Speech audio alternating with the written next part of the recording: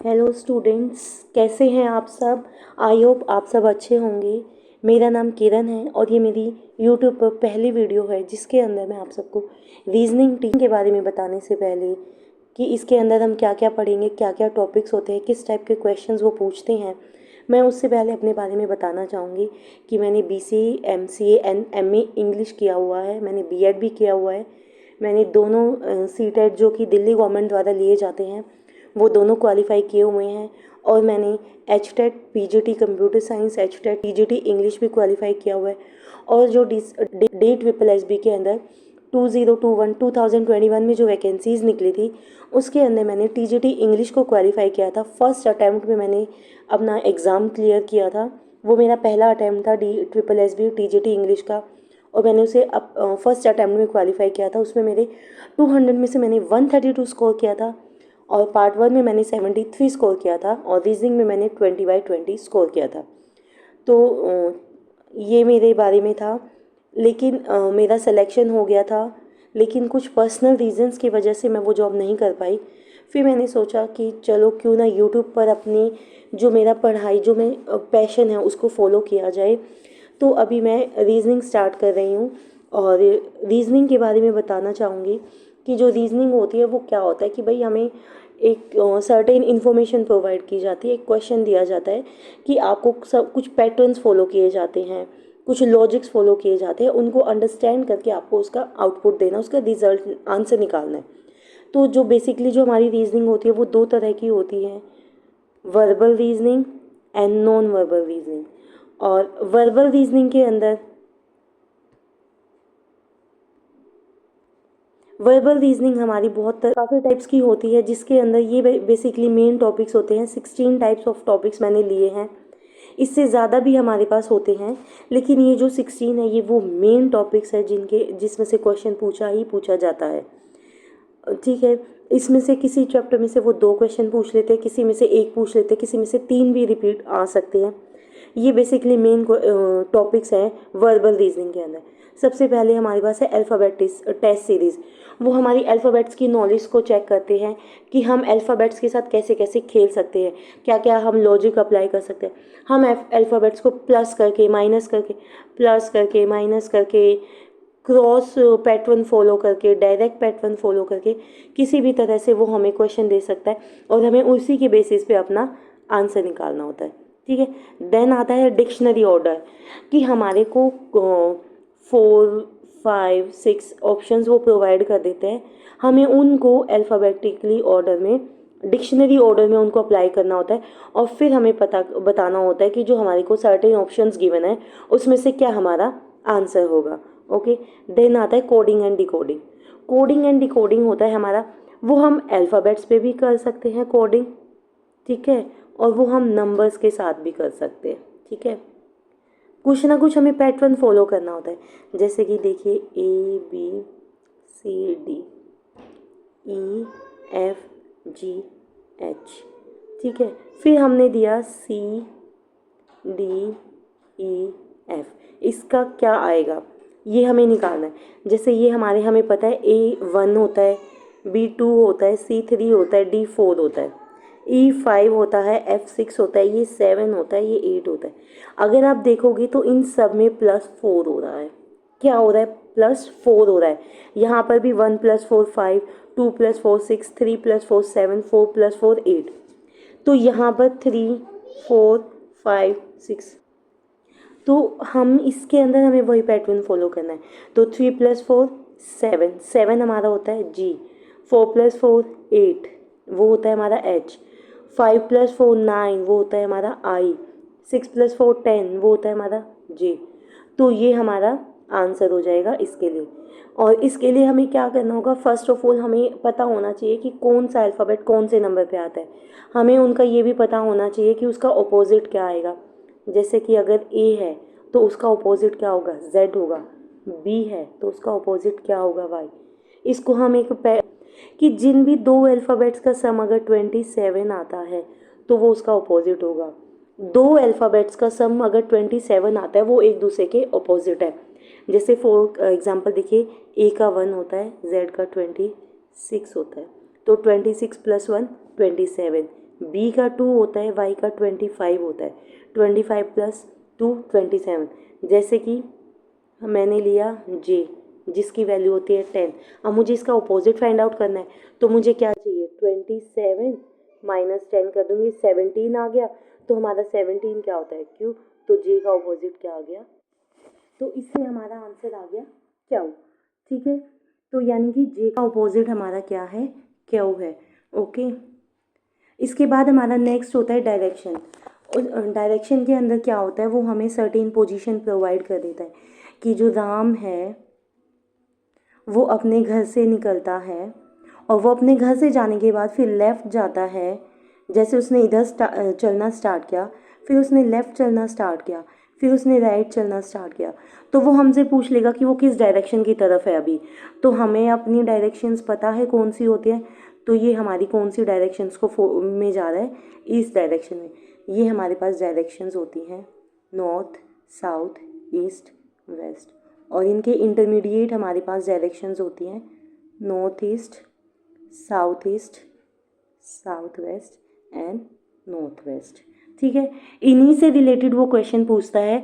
कई बार वो हमें दे देता है कि भाई एक पर्सन है वो क्लॉकवाइज डायरेक्शन में जा रहा है, समटाइम्स वो बोल देते हैं कि एक पर्सन है वो एंटी क्लॉकवाइज डायरेक्शन में जा रहा है। तो इस टाइप के क्वेश्चंस भी वो पूछ लेता है। ओके, नेक्स्ट हमारे पास आता है ब्लड रिलेशन।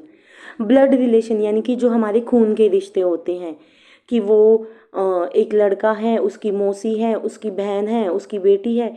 तो वो इस तरह से क्वेश्चंस पूछते हैं कि भाई एक लड़का है, उसका एक फ्रेंड है, एक लड़का है, उसका एक फ्रेंड है। वो अपने फ्रेंड को एक लड़की की तरफ इशारा करके कहता है कि ये मेरे दादा के बेटे के की इकलौती बेटी है, तो वो मेरी क्या लगती है, तो उस लड़की का उस लड़के के साथ क्या रिलेशन है, इस टाइप से वो क्वेश्चन पूछ लेता है। तो ये हमारे ब्लड रिलेशन के अंदर आते हैं। नेक्स्ट हमारा आता है रैंकिंग। रैंकिंग का क्या होता है कि भाई वो हमें एक क्वेश्चन प्रोवाइड करते हैं रैंकिंग का, कि भाई एक पर्सन है राहुल, ठीक है, वो एक क्लास ऑफ 40 स्टूडेंट्स, उसकी रैंक टॉप से 12th रैंक है उसकी। तो हमें उसकी बॉटम से रैंक बतानी है कि उसकी बॉटम से क्या रैंक होगी, इस तरह से पूछ लेता है। या वो पूछ लेंगे कि भाई दो लड़के हैं, एक का नाम है मोनित और एक का नाम है राहुल। ठीक है, मोनित क्लास में टॉप से 12th है, राहुल क्लास में बॉटम से 18 है, और टोटल 40 स्टूडेंट्स हैं। तो इनके बीच में कितने स्टूडेंट्स हैं, वो इस टाइप से क्वेश्चन पूछ लेगा। ठीक है, नेक्स्ट हमारे पास आता है सिटिंग अरेंजमेंट। सिटिंग अरेंजमेंट के अंदर वो 2-3 तरह से क्वेश्चन पूछते हैं कि वो एक सर्कल में बैठे हैं, सर्कल में बैठे हैं, वो सेंटर की तरफ देख रहे हैं। सर्कल में कुछ फ्रेंड्स बैठे हैं, वो सर्कल से बाहर की तरफ देख रहे हैं। या वो एक रेक्टेंगुलर टेबल पर बैठे हैं, उस रेक्टेंगुलर टेबल के अंदर कुछ पर्सन्स हैं जो मिड में बैठे हैं, वो सेंटर की तरफ फॉलो कर रहे हैं। एंड द पर्सन्स जो कॉर्नर पे बैठे हैं वो बाहर की तरफ फेस कर रहे हैं। तो हमें उसी बेसिस पर वो क्वेश्चन पूछता है। एक वो हमसे पूछ लेता है कि 2 रोज गिवन है, कुछ उसमें नॉर्थ की तरफ देख रहे हैं, कुछ साउथ की तरफ देख रहे हैं। तो हमको निकालना पड़ता है कि कौन किसके ऑपोजिट बैठा है। इस तरह से वो क्वेश्चन पूछ लेते हैं। ठीक है, फिर हमारे पास आता है series, numeric series, alphabet series, alpha numeric. Numeric series के अंदर ऐसे दे देता है वो हमें 2, 3, 5, 7। तो इसकी हमें नेक्स्ट सम निकालनी है कि इसकी नेक्स्ट सम क्या आएगी। इसको देखने से हमें पता लग रहा है कि ये सब उसमें हमें प्राइम नंबर्स गिवन है। तो हमारा नेक्स्ट प्राइम नंबर क्या होगा, 11 होगा। हम इसमें कुछ बच्चे मिस्टेक क्या कर देते हैं कि वो 9 लिख देते हैं, लेकिन ये 9 नहीं आएगा, यहाँ पर 11 आएगा, क्योंकि नेक्स्ट प्राइम नंबर हमारा 11 होता है। ओके, अल्फा न्यूमेरिक सीरीज़ क्या होती हैं, जैसे कि CW2XB। ठीक है, फिर वो हमें दूसरी दे देता है DV3GH, कुछ ऐसे दे देगा। हमें पैटर्न फॉलो करना है और नेक्स्ट टर्म फाइंड आउट करनी है। ओके, रॉन्ग सीरीज़ दे देता है कि एक सीरीज़ में 5 नंबर्स गिवन है, इसमें से एक आपको एक जो है वो लॉजिक से बाहर हो रहा है। जैसे कि देखिए कि उसने हमें दिया 4, 9, 16, 25, इसके बाद उसने हमें 37 दे दिया। तो हमें इसमें से फाइंड आउट करना है कि रोंग क्या है। ये सब स्क्वायर्स गिवन है, ये किसी का भी स्क्वायर नहीं है, तो ये हमारा उस सीरीज़ के अंदर रोंग हो जाएगा। इक्वालिटी एंड इनइक्वालिटी होता है नेक्स्ट कि ए बी से बड़ा है, बी सी से बड़ा है, और एम एन से बड़ा है, एन पी से बड़ा है। तो ऐसे करके वो हमें इक्वेशंस दे देता है। उसके अंदर हमें फाइंड आउट करना है कि कौन बिगर है, which one is laser and which one is equal. ये इक्वालिटी वाले क्वेश्चंस होते हैं। फिर आता है मिसिंग नंबर। ये हमारे को वो एक बॉक्स के अंदर कुछ क्वेश्चन इंफॉर्मेशन प्रोवाइड करता है, ठीक है। और जैसे 2, 3, 5, 6, 7, 13, सॉरी 9, 8 एंड यहाँ पे क्वेश्चन मार्क दे देगा कि यहाँ पर क्या आएगा। तो देखिए फर्स्ट दो कॉलम के अंदर देखिए ये हमारी रोज़ होती हैं, ये हमारे कॉलम्स होते हैं। तो देखिए हमारी जो फर्स्ट और सेकंड रो का अगर हम सम करेंगे तो वो हमारी थर्ड रो का आंसर निकल रहा है। 2 + 3 5, 6 + 7 13, 9 + 8 17। तो ये हमारा आंसर है। ज़रूरी नहीं है वो हमें इस बॉक्स की फॉर्म में दे, वो हमें पाई चार्ट फॉर्म में दे सकते हैं, ठीक है। इसके अंदर कुछ पैटर्न फॉलो होगा, तो वो किसी भी तरह से हमें क्वेश्चन दे सकते हैं। फिर हमारे पास आता है syllogism, like all trees are plants, all plants are paper, ठीक है। ऐसे दो स्टेटमेंट्स दे देता है, स्टेटमेंट 1 एंड 2। इनको फॉलो करके हमें एक डायग्राम बनाना होता है, और उस डायग्राम को देखते हुए फिर वो हमसे दो कंक्लूजन पूछता है। दो स्टेटमेंट्स गिवन होती हैं, ठीक है। हमें फाइंड आउट करना है कि which one is the correct and which one is the wrong statement basis on that diagram. Okay, next हमारे पास आता है, next topic is Venn diagram. Venn diagram given, Venn diagram कैसे होता है आपका, वेन डायग्राम के अंदर वो हमें दे देता है कि ये 3 सर्कल्स गिवन है, ये हॉकी है, ये फुटबॉल है, ये क्रिकेट है, ठीक है। ये कुछ फुटबॉल कुछ क्रिकेट खेलते हैं। कुछ बच्चे ऐसे हैं जो हॉकी प्लस फुटबॉल खेलते हैं, कुछ होते हैं जो फुटबॉल प्लस क्रिकेट खेलते हैं, कुछ होते हैं हमारा क्या कॉम्बिनेशन जो क्रिकेट प्लस हॉकी खेलते हैं, ठीक है। फिर वो हमसे पूछ लेगा कि ऐसे कितने बच्चे हैं जो हॉकी क्रिकेट और फुटबॉल सभी खेलते हैं, ठीक है। इस तरह से वेन डायग्राम के अंदर क्वेश्चंस आते हैं।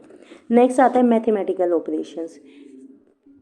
मैथमेटिकल ऑपरेशंस के अंदर क्या होता है कि वो हमें एक क्वेश्चन दे देता है, जैसे कि 15C 5A 11B 4D2।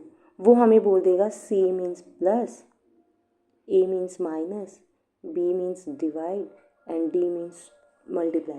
तो इसको फॉलो करते हुए हमें इस इक्वेशन को सॉल्व करना होता है और अपना आंसर निकालना होता है। नेक्स्ट आता है एनालॉगी। एनालॉगी के अंदर क्या होता है, वो हमें देता है A B N C D कि जो A का रिलेशन B के साथ है ना, वही रिलेशन C का D के साथ होना चाहिए। तो हमें देखना होता है कि A B से किस तरह से रिलेट कर रहा है। उसी तरह से जो हमारे ऑप्शंस गिवन होते हैं उसमें से हमें C और D को निकालना होता है कि किस ऑप्शन के अंदर A और B वाला पैटर्न या लॉजिक फॉलो हो रहा है, वो हमारा C और D, वो हमारा आंसर होगा। फिर उसके बाद आता है क्लासिफिकेशन के अंदर क्या होता है कि वो हमें 4 ऑप्शंस प्रोवाइड करता है। उन 4 ऑप्शंस में से जो 3 ऑप्शंस होते हैं वो सेम पैटर्न फॉलो कर रहे होते हैं। तो हमें और बेसिकली हमें इसमें odd one out find out करना होता है, ठीक है। क्लासिफिकेशन के अंदर यही होता है। या वो हमें 4 इमेजेस दे देगा, ठीक है, कि इन 4 इमेजेस में से 3 तो सेम है, एक डिफरेंट है, आपको उस डिफरेंट को फाइंड आउट करना है। ओके, नेक्स्ट होता है डाटा सफिशिएंसी। इसके अंदर हमारे को क्या गिवन होता है कि हमारे को दो स्टेटमेंट्स गिवन है, स्टेटमेंट 1 एंड 2, और उन दो स्टेटमेंट्स के बेसिस पर हमसे एक क्वेश्चन पूछा जाएगा। फिर हमें उस क्वेश्चन का आंसर फाइंड आउट करना होता है कि वो जो हमारे को डाटा प्रोवाइड किया गया है वो उस क्वेश्चन का आंसर देने के लिए सफिशेंट है या नहीं है। ये सब इसके अंदर पूछा जाता है। ये सभी हमारे 16 जो मेन इम्पोर्टेंट टॉपिक्स हैं, ये सब हमारे वर्बल रीजनिंग के टॉपिक्स हैं। इसके बाद आइए चलते हैं नॉन वर्बल रीजनिंग के अंदर। इसके अंदर देख लेते हैं कि हमारे क्या क्या टॉपिक्स होते हैं।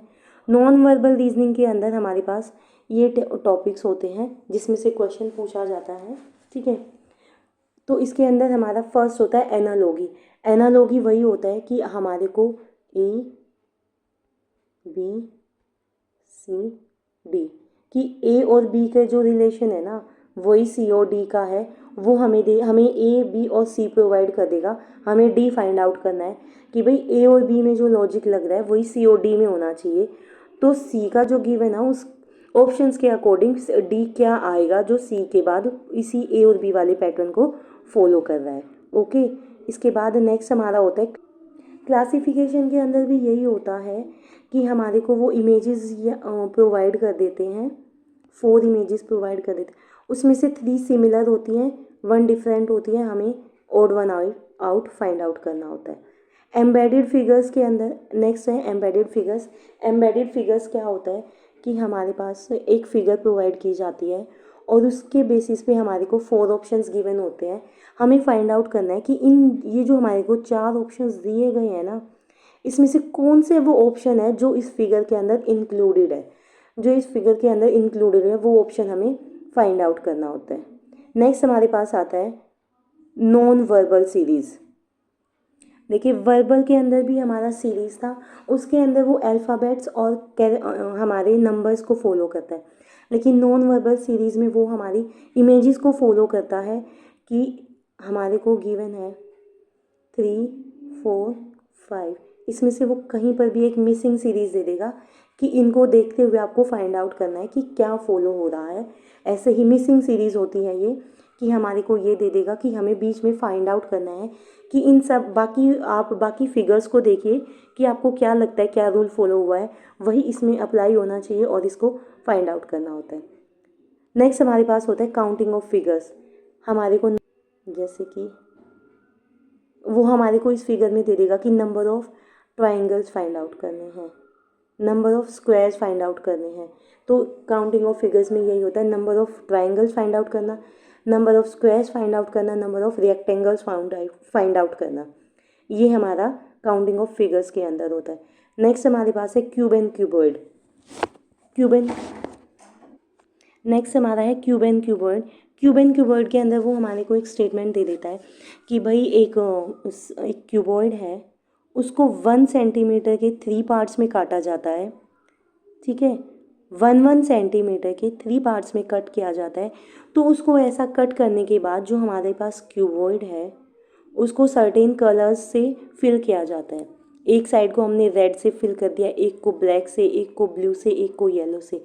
फिर हमें फाइंड आउट करना होता है कि ऐसे कितने ब्लॉक्स हमारे पास है जिन पे कोई भी कलर नहीं है, यानी कि नो कलर। ऐसे कितने फिगर है जिन पे सिंगल कलर है, चाहे वो रेड है, ब्लू है, ब्लैक है, येलो है, सिंगल कलर। फिर उसके बाद कितने ऐसे बॉक्सेस हैं जिन पर 2 कलर्स हैं, लाइक रेड और ब्लैक है, ब्लैक और ब्लू है, ब्लू और येलो है। इसी तरह से एक पूछा जाता है कि ऐसे कितने बॉक्सेस हैं जिन पर सभी कलर्स आ रहे हैं, कि उसके चारों साइड हैं या 6 साइड्स जो उसकी हैं उस पर सारे कलर्स जिस पर अप्लाई हो रहे हैं वो कौन सा है, वो नंबर ऑफ कितने हैं। या एक वो हमसे इसी के अंदर पूछ लेता है कि भाई हमारे को 2 क्यूबॉइड्स गिवन है, ठीक है, 2 क्यूबॉइड्स गिवन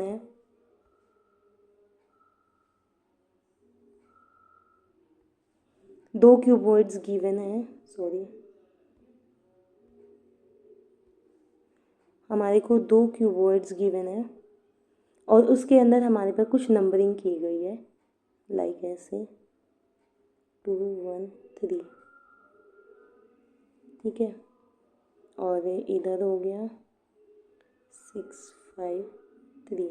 तो हमें एक दूसरे के अपोजिट फाइंड आउट करना होता है कि जैसे देखिए 1 यहाँ पर है, 6 यहाँ पर है, तो 1 के अपोजिट 6 हो गया, 2 के अपोजिट 5 हो गया, यहाँ बोथ साइड 3 है, तो 3 के अपोजिट हमारे पास रिमेनिंग क्या बचा, 4।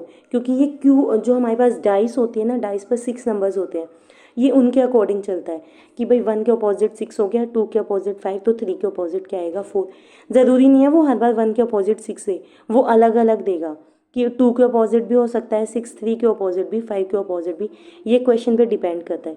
तो एक ही क्यूब एंड क्यूबर्ड के अंदर एक इस तरह के क्वेश्चन आते हैं।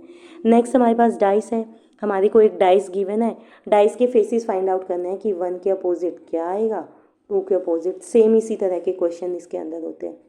फिर लास्ट हमारे पास होता है मिरर एंड वाटर इमेज, कोई भी नंबर हमें दे देगा जैसे HIDE, फिर इसके बाद हमें 4 ऑप्शंस प्रोवाइड करेगा कि इसकी वाटर इमेज क्या है या इसकी मिरर इमेज क्या है, ये वो हमसे पूछ लेता है।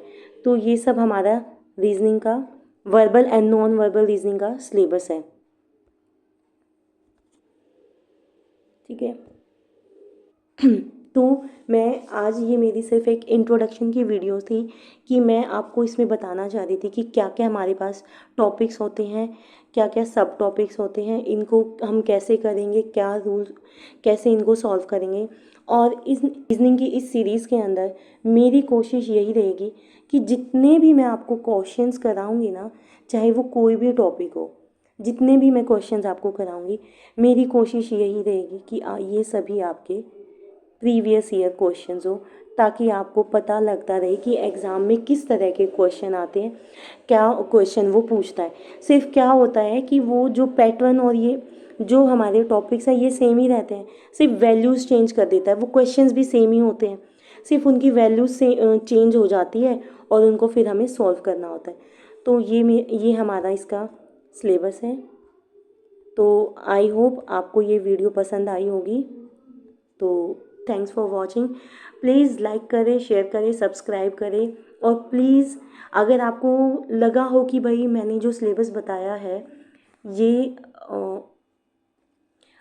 देखिए, मैंने कोशिश की है कि मैं आपको सारा सिलेबस बताऊं कि रीजनिंग के अंदर क्या क्या टॉपिक्स होते हैं। बहुत से ऐसे बच्चे होते हैं जिनको सिलेबस का पता ही नहीं होता, वो सिलेबस ढूंढते रहते हैं, उनको सिलेबस नहीं मिलता है कि भाई रीजनिंग के अंदर क्या क्या टॉपिक्स होते हैं।